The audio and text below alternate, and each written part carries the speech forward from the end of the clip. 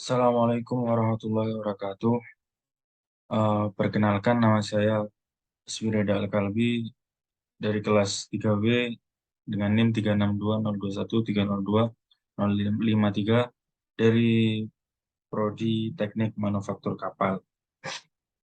Di sini saya akan menjawab eh, beberapa pertanyaan dari tugas inspeksi las. Soal pertama, jelaskan prinsip kerja pengujian NDT pada hasil pengelasan. Dibagi menjadi dua, yaitu uji visual dan uji daya penetran. Uji visual umum dilakukan sebelum melakukan lainnya. Peralatannya adalah digunakan kaca pembesar, Faber Corps, Portable Video Inspection Unit dengan zoom robotic crawlers, juga digunakan inspeksi di daerah yang berbahaya seperti di reaktor, pipa gas, dan lain-lain. Yang kedua adalah uji daya penetran. Cara ini menggunakan cairan berwarna yang dapat menembus cacat. Setelah cairan yang ada di permukaan dibersihkan, maka cacat akan kelihatan dengan jelas.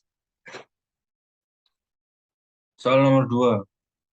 Sebutkan nama dan fungsi dengan deskripsi peralatan ukur cacat las di bawah ini. A. Welding gauge multipurpose.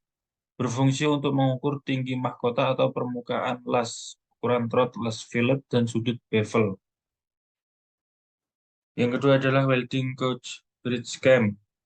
Berfungsi untuk mengukur tinggi mahkota atau permukaan las, ukuran trot las fillet, tinggi kaki las, height low, lebar kaki las, kedalaman undercut, dan sudut bevel. Soal ketiga adalah jelaskan acceptance kriteria visual test untuk cacat undercut dari segi dimensi dalam dan panjang. Kedalaman undercutting yang berdekatan dengan di bagian luar tidak boleh lebih dari 1/32 inch atau 0,8 mm atau 12,5% dari ketebalan, dan tidak boleh dari 2 in sama dengan 50 mm. Undercutting dalam panjang las adalah 12 inci atau 300 mm. Soal selanjutnya adalah soal nomor 4. Sebutkan cacat las yang digambarkan di bawah ini. Yang pertama adalah crack atau retak.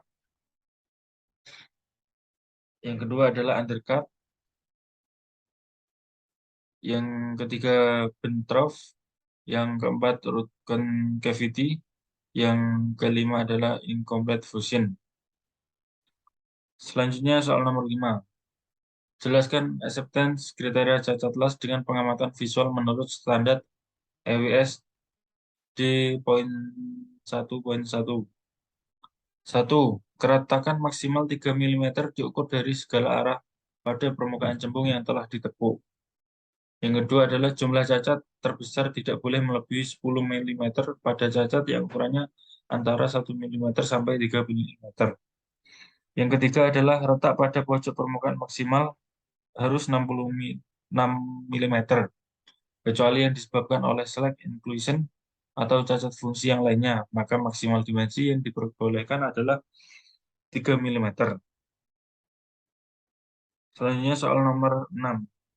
Jelaskan gambar cacat di bawah ini sertakan alasan penyebab terjadinya. Yang pertama adalah angular misalignment, di mana material mengalami bengkok akibat panas yang berlebih. Buruknya persiapan awal pada saat fitting menjadi penyebab utamanya. Yang kedua adalah lack of fusion dan incomplete fusion. Kedua cacat las ini memiliki penyebab yang sama, yaitu penggunaan ampere yang rendah yang mengakibatkan logam pengisi tidak fusi secara sempurna, tidak terisi sempurna terhadap base material. Yang ketiga adalah incomplete truss fusion.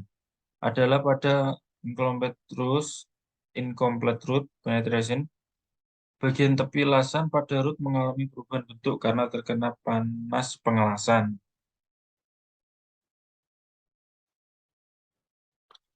Demikian penjelasan dari saya. Assalamualaikum warahmatullahi wabarakatuh.